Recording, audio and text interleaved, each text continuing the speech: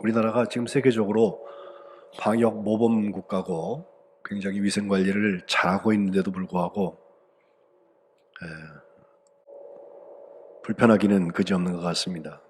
빨리 백신이 발견돼서 발명돼서 모든 사람들이 치료받을 수 있으면 좋겠다는 생각을 하면서 지금도 한 주 전부터는 또 갑자기 숫자가 많아진다고 그래서 여러 가지 우리는 빨리 정상화시키고 싶지만 그렇지 못하고 있는 아주 안타까운 시간을 갖고 있는데 저는 그렇게 생각했어요. 내가 무증상 감염자, 나는 증상이 안 나타나지만 내게 혹시 보균자가 아닌가 이런 생각을 늘 하고 있으면 다른 사람한테 피해 끼치지 않고 그런 행동이 서로에게 좋지 않겠나 하는 생각을 하면서 지내왔습니다. 식구 중에 기저질환자나 혹은 노약자들 혹은 애들이 어린아이가 있으면 가족들이 얼마나 더 철저하게 조심해야 합니까? 혹시라도 나를 통해서 그가 감염될까봐. 또 직업군에 따라서는 의료기관이나 교육기관 같은 데 있는 분들은 주일에 이렇게 예배당에 와서 함께 예배드리는 일이 바로 그 다음날 가서 혹시라도 전염될 수 있으니까 조금 더 꺼려야 되는, 피해야 되는 일들도 발생했습니다. 꼭 해야 되는 일 아니면 모임이나 행사를 다 연기하고 또 취소하고 있는 것이 사실입니다. 교회마다 비대면 예배, 얼굴 보지 않고 온라인 동영상 예배, 아까 우리 동영상에도 나옵니다만은 드리게 되었고, 담임 목사로서 출석하지 못하시는 우리 어르신들 55분쯤 생각을 했는데 그래도 이제 우리가 온라인 다시 오프라인으로 열었더니 한 반쯤 다녀가시는데 아직도 반 26분은 교회 못 오시고 계세요. 오늘 임장로님이 오랜만에 처음으로 오셨는데 예배 현장에 왔다 가는 일이 어르신들한테는 그렇게 달가운 일이 아닌 것이 사실입니다.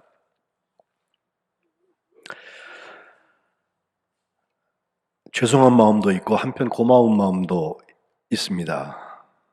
또 출석하지 못하시는 어른들에 대한 배려뿐만 아니라 교회 학교를 아직 열지 못하고 있고 온라인으로 하고 있죠. 또 속회를 비롯한 소규모 모임, 이건 뭐 방송에서도 계속 나오기 때문에 제한되고 조심스러운 것이 사실입니다. 1년 목회하면서 또 큰 손실 하나가 있는데 연회가 열려지면 그때 선교사님들이 나오셔서 우리가 선교 현장 얘기를 오후 예배 때 늘 간증으로 듣는데 올해는 선교사님이 나오면 다시 들어가질 못해요. 그 나라에서 못 들어오게 해가지고. 그래서 못 나오는 선교사님들이 대부분이고 혹시 오신 분들은 아직도 못 들어가고 있는 분들, 치료차 오신 분들 이런 분들 몇 분 빼놓고는 올해는 오지도 못하고 가지도 못하고 오신다 할지라도 오후 예배 시간 같은 시간을 가지려고 하면 또 가득 차야 되는데 가득 앉을 수가 없으니까 그런 현장 기도를 같이 하지 못하는 아쉬움도 있습니다. 그리스도인들이 앞장서면서 긴장의 끈을 풀지 않고 생활 방역에 앞장서 나가야 되는 것이 현실입니다. 이런 생각을 했습니다. 이제는 그냥 당연했었는데 그게 지금 내가 제약을 받아서 불편해지면 그 당연했던 때가 고마웠었던 걸 내가 모르고 지냈던 거 아닌가. 그렇죠? 마스크를 예를 들어볼까요? 마스크 지금 쓰고 다녀야 되니까 답답하고 여름에 덥잖아요. 그럼 작년만 해도 안 쓰고 다녔잖아요. 작년에는 안 쓰고 다니는 게 당연한 거 아니에요. 근데 지금은 제재를 당하잖아요. 그럼 사실 작년이 고마웠던 거라 그런 얘기예요. 그냥 제가 그렇게 생각하기로 했어요. 그렇지 않으면 마음에서 불평불만의 독버섯이 자라나서 감사의 마음이 마르지 않을까 하는 염려를 하게 됩니다. 거룩한 백성들이 잘 협력하셔서 아직까지 확진자도 나오지 않고 우리 가까이에 이런 일로 인해서 신방해야 될 일이 생기지 않는 것도 정말 하나님께 감사한 일인데 이 일이 다 지나갈 때까지 여러분 아주 기도하면서 아주 깨어서 성민교회는 정말 거룩한 백성답게 하나님께 영광 돌리는 그런 역사가 있으시기를 축복합니다. 제가 개인적으로 딸이 유럽에 있잖아요. 예, 벨기에에 있는데 그 나라도 굉장히 우리나라보다 확진자들이 많고 그래요. 보고 싶고 이제 방학했으니까 들어와야 되고 다른 학생들은 학기 중에도 들어와 버리고 그러던데 제 딸아이는 그냥 아직까지 거기서 건강하게 잘 있어서 감사하고 또 학업을 잘 하고 있으니 또 감사하고 한국에 있으면 매일 그렇게 보지 않을 텐데 지금은 매일 잘 있니 잘 있니 하면서 그 스카이프 그 공짜 동영상으로 화상 통화를 매일 하게 되니까 또 감사하고 뭐 하여튼 감사 제목을 찾으려면 굉장히 많습니다. 불편한 게 오히려 감사의 씨앗이 됩니다. 오늘 우리가 맥추감사절을 예배를 드리고 있는데 맥추절이라는 것은 구약 성경에 이스라엘 남자들이 3번 순례하면서 하나님 앞에 예배해라 하나님께서 절기로 정해주신 것인데 6월절 또 초실절 혹은 맥추절 그리고 수장절 혹은 장막절 이렇게 되어 있습니다. 6월절에 이어지는 무교절까지 해서 이름들이 굉장히 많은데 우리 기독교에서는 6월절 때가 부활절 때예요. 그래서 부활절로 축제하고 오순절 477절은 오순절 돼서 성령 강림절 때인데 감사로 얘기하면은 지금 이 맥추절 혹은 초실절 처음 열매를 하나님께 드리는 그때와 연결이 되고 마지막 수장절 그거는 뭐 추수감사의 의미가 있잖아요. 저장하는 때니까. 그래서 그렇게 함께 예배를 하고 있는데 특별히 맥추감사 때 이스라엘 역사에 두드러지는 것 하나는 처음 출애굽해서 6월절 행사를 하고 좋았는데 1년이 지났을 때 그들이 시내산에 도착하죠. 그들은 40년을 여행하리라고 생각도 못했어요. 가나안 땅이 적이니까 뭐 직선거리로 가면 한 달, 2달 뭐 이렇게 하면 가겠지 생각하면서 시작을 했는데 구름 기둥과 분 기둥이 가지 않아가지고 딴 데로 끌고 가지고 저 남쪽의 시내산까지 끌고 갔는데 거기에서 멈춰서서 첫 해를 맞이해요. 근데 첫 해 6월절 1주년이 지난 다음에 모세는 시내산에 올라가가지고서 40일 금식 기도를 하고 하나님한테 계명을 받거든요.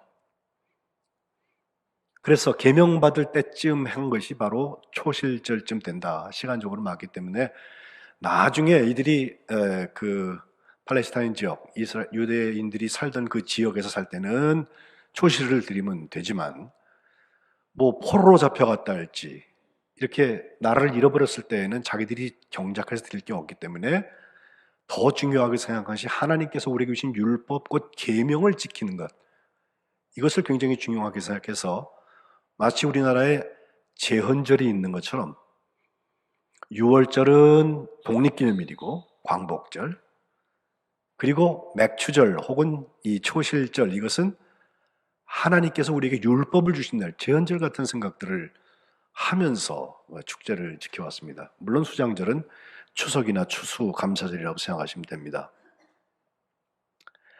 이때는 하나님 앞에 나와서 예배할 때 각 사람이 하나님께서 주신 복을 따라서 그 힘대로 물건을 드려라. 신명기 16장 17절에 말씀하고 있습니다.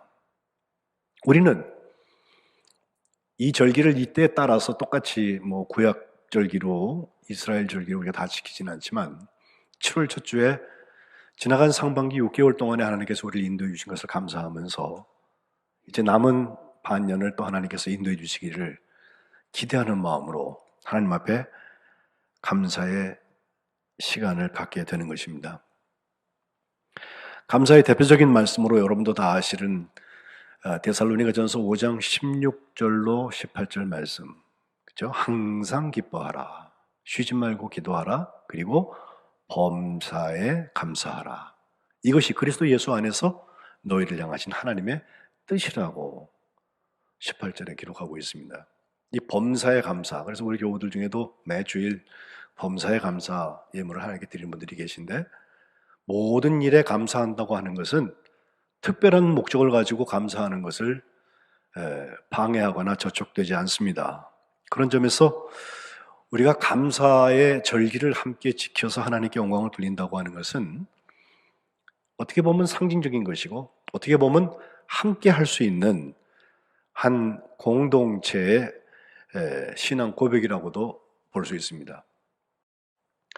감사는 생각보다 중요한 것이어서 단 베이커라는 목사는 한 30년 전에 책을 한 권 썼는데 Thank you 테라피라고 감사합니다, 감사합니다. 이 감사의 제목을 가지고서 치료, 요법을 만들었습니다. 거기서 그가 하고 있는 중요한 얘기 하나 있는데 감사한다고 해서 나의 생활 환경이 바뀌지는 않는다. 그러나 감사는 적어도 내 태도를 바꾼다. 예를 들어가면서 설명을 잘 하고 있습니다.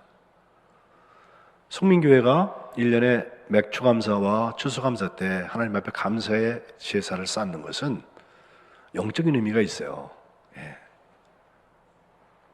팩트, 무슨 코로나가 없어진다 할지 그런 갑작스러운 기적들이 일어나진 않아요.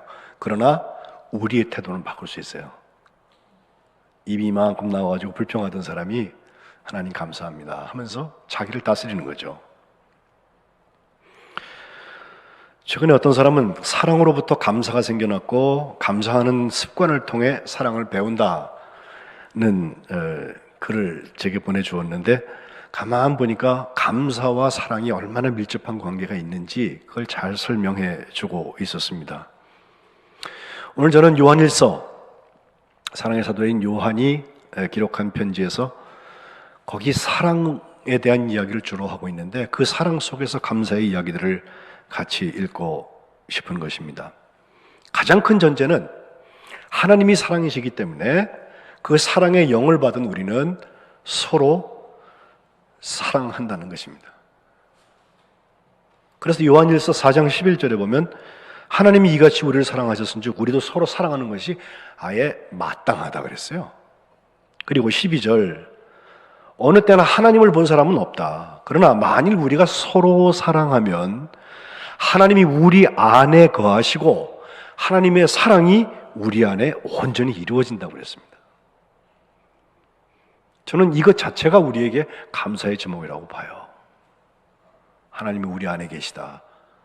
그래서 내가 사망의 음침한 골짜기를 갈지라도 해받는 것을 두려워하지 않는 것은 주께서 나와 함께 하심이라 했는데 하나님이 우리 안에 거하신다. 내 주인 되셨다고 하는 거 이게 이미 감사의 제목이에요. 또 하나님의 사랑, 최고의 사랑이잖아요. 그 사랑이 우리 안에서 온전히 이루어진다고 하는 것.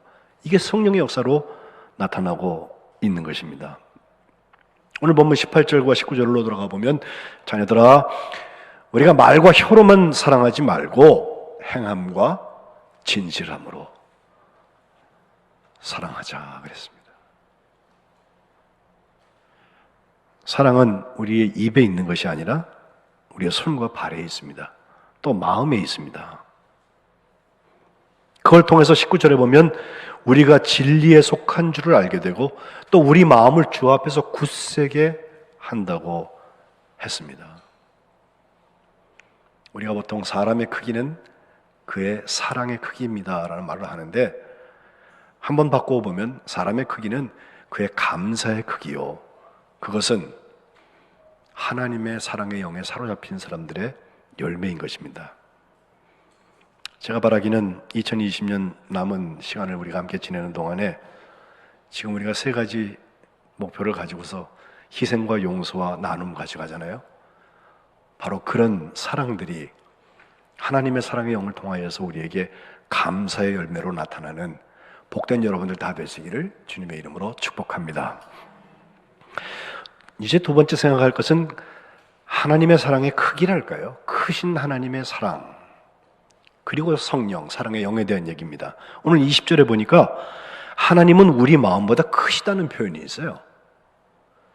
그 중세기인데 11세기쯤에 캔터버리 주교였던 안셀름이라는 사람이 라틴어로 데우스 셈퍼 마이어라고 그래서 하나님은 우리가 생각할 수 있는 것보다 훨씬 크시다. 언제나 크다. 이런 뜻이에요.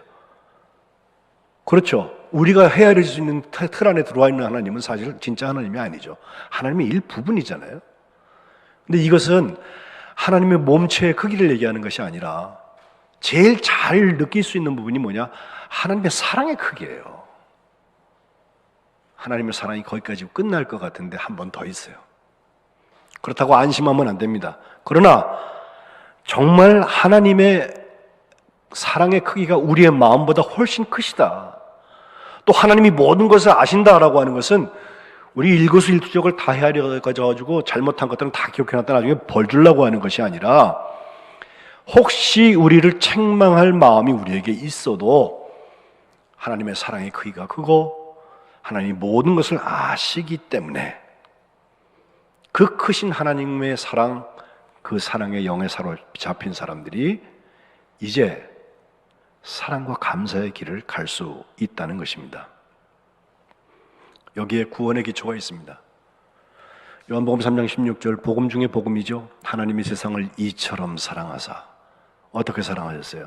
독생자를 주셨으니, 그죠? 하나밖에 없는 아들을 주셔서 그 아들을 믿는 사람들은 이제 멸망치 않고 영원한 생명을 얻게 하려 하셨다는 거 아니에요.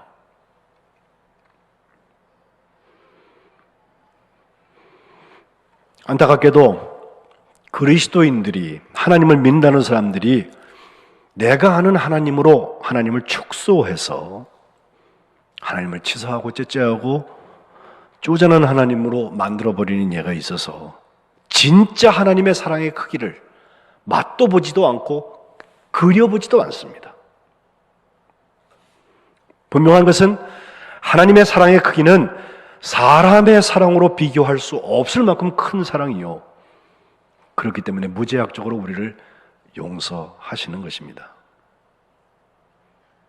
그리고 거기서 지난주에 말씀드린 사랑의 영과 기도의 역사가 나타나는데, 성령도 말할 수 없는 탄식으로 뭘 기도해야 될지도 모르는 사람들을 위해서 중보 기도하신다, 간구하신다고 했는데, 바로 그 일이 사랑의 영에 의해서 우리에게 충만해질 때 하나님과 교제, 위아래의 교제, 또 그리스도인들과 그리스도인들 사이의 교제가 시작되는 것에서, 그 관계 속에서 우리에게 열매 맺혀지게 되는 것입니다.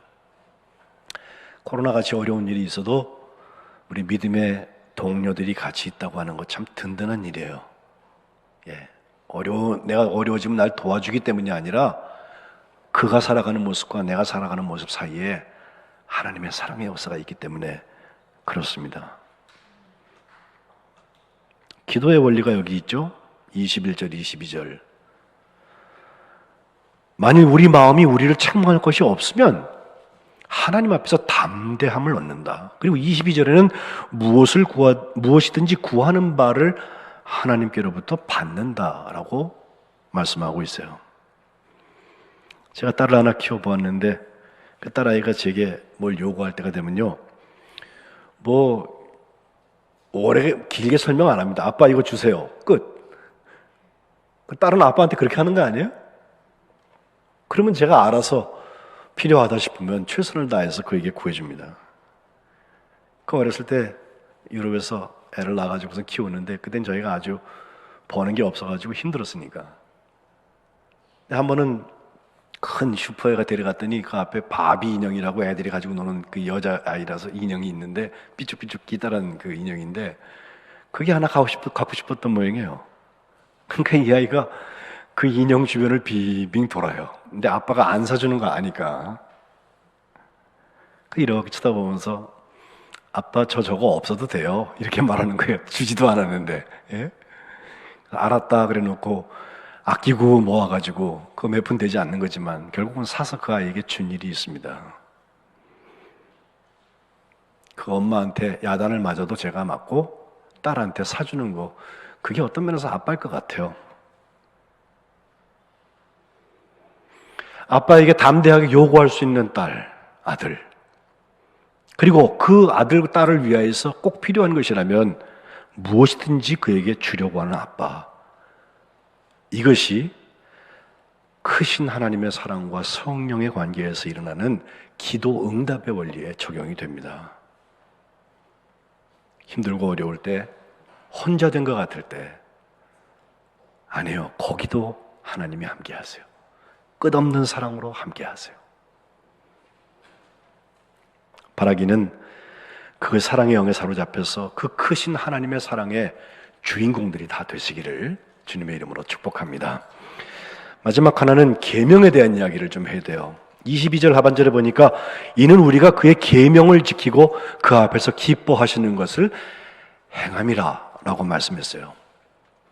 성경을 처음 읽으면요, 성경 안에 뭐 해라 하지 마라가 굉장히 많으니까 이것을 법조문 읽듯이 읽기 시작하면요, 그거 지키기 정말 어렵습니다. 게다가 좀 오버하는 표현들이 있잖아요. 뭐 오른뺨을 때리면 왼뺨을 돌려내야 할지 뭐 이런 얘기부터 우리가 상식적으로 이렇게 언뜻 할 수 없는 일들이 성경에 가끔 나오는데, 원수를 사랑하라, 극단적인 얘기 같잖아요. 근데 사실은요, 구약 성경에 가면요, 유대인들이 지키는 율법 613조를 비롯하여서 우리가 생각도 못하고 하지 않아도 될 만큼 뭐 세계관도 달라졌으니까, 시대상도 달라졌으니까 그런 조항들이 굉장히 많이 나와요. 저는 그걸 지키라는 게 아니라 오늘 23절에 아주 잘 말씀하고 있는데, 예수 그리스도의 이름을 믿고 그 계명 따라서 서로 사랑하라. 서로 사랑하는 건 할 수 있잖아요. 우리가 서로 사랑하면서 거기서 하나님의 감사를 맛보는 일은 그건 할 수 있잖아요. 우리가 그 사랑을 위하여서 때로는 먼저 희생하고 때로는 먼저 용서하고 때로는 먼저 나누는 거 할 수 있잖아요. 그 결과로 성령은 24절에 계명을 지키는 자는 주 안에 거하고 주는 그 안에 거하신다. 우리에게 주신 성령으로 말미암아서 그가 우리 안에 거하시는 줄을 우리가 안다고 말씀하고 있습니다. 내 안에 성령님이 계신데 의식도 못하고 막 지내는 사람들, 그거 알게 된 것도 감사의 제목이에요. 사랑의 영으로 충만해서 감사의 열매를 맺었던 선교사 한 분 소개하고 말씀 마치겠습니다. 엘리 스탠리 존스라는 선교사인데 1884년에 태어나서 89년 살았습니다. 1973년도에 하나님의 부르심을 받는데, 이분 별명이 인도의 빌리그레엄이라고 했어요. 20세기의 인도 선교 역사에도 가장 큰 일을 감당한 감리교 목사 선교사고, 한 번은 타임지가 세계에서 가장 위대한 선교사를 뽑았을 때 바로 이분을 선정했던 일이 있습니다. 이분은 심지어 그가 44살 되었을 때 미국 감리교회, 미국 연합감리교회니까 UMC죠. 거기 감독으로 선임이 되었는데, 그 감독을 해도 할 일도 굉장히 많이 있을 텐데, 그 전수 목사는 딱 24시간 기다린 후에 감독직을 사퇴하고 나는 선교사로 부름을 받았습니다 하면서 인도로 떠나버립니다. 인도에서 큰 족적을 남기면서 특별히 불가촉민을 비롯하여서 정말 더럽게 살고 있는 기저층의 사람들을 시작하여서 인도에 복음을 전하다가 나중에 미국으로 돌아와서도 복음을 계속 전했는데 69세가 되었을 때 뇌출혈이 와서 쓰러져요. 쓰러진 시간이 새벽 2시에 쓰러졌는데 발견된 시간이 아침 7시예요. 5시간 동안 아주 전신마비가 되어서 꼼짝도 할 수 없이 방치되었습니다. 그 선교사님의 딸 이름이 유니스라는 딸인데, 유니스 존스라는 딸이 아버지를 발견해서 빨리 후송해서 병원에 도착을 했는데, 스탠리 존스 목사가 간신히 입을 열어서 하는 말이에요. 나는 지금 죽을 수 없다. 마지막으로 해야 할 일이 남아있단다.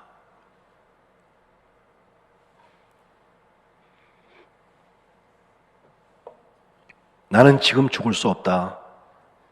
마지막으로 내가 할 일이 있단다. 중풍이 와서 보스턴 병원에 입원해서 누워서 간호를 받고 제어를 하는데, 간호원에게 스탠리 존스 목사님이 부탁을 해요. 내가 자고 있으면 나중에 일어날 때 일어나세요 목사님, 그러지 말고 나사렛 예수의 이름으로 말하노니 일어나라. 여러분 생각해 보세요. 제가 목사인데 여러분이 저를 보고 제가 누워있다고 그러는데 일어날 때 저한테 그 말씀 해주세요. 그러면 할 수 있을 것 같아요? 목사님 나사렛 예수 이름으로 명하노니 일어나라 말이죠. 근데 간호원이 그걸 했어요. 해달라고 그래가지고 그 말을 듣고 진짜 일어났어요 이분이.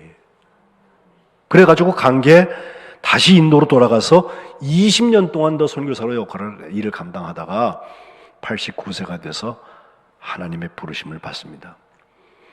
그의 큰 사역 중에서 가장 중요한 거 하나는 인도의 비폭력 저항 운동을 했던 마하트마 간디하고 아주 친분이 좋았는데 신뢰도 있었고, 그래서 그와의 연결 관계를 통하여서 많은 다른 선교사들도 복음을 전하는 일에 큰 도움을 받았다고 하는데, 특별히 그들이 남아프리카 공화국에를 간 일이 있어요. 그 넬슨 만델라가 있는 그 나라 아니겠어요? 근데 거기에 갔을 때 그들이 경험했던 일들이 마하트마 간디에게는 오히려 예수 믿는 일을 방해시켰습니다.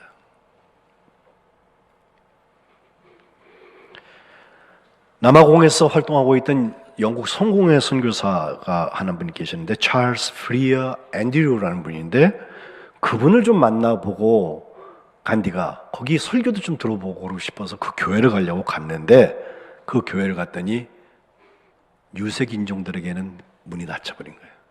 간디가 들어가지 못했어요. 스탠리 존스 선교사가 나중에 이렇게 말합니다.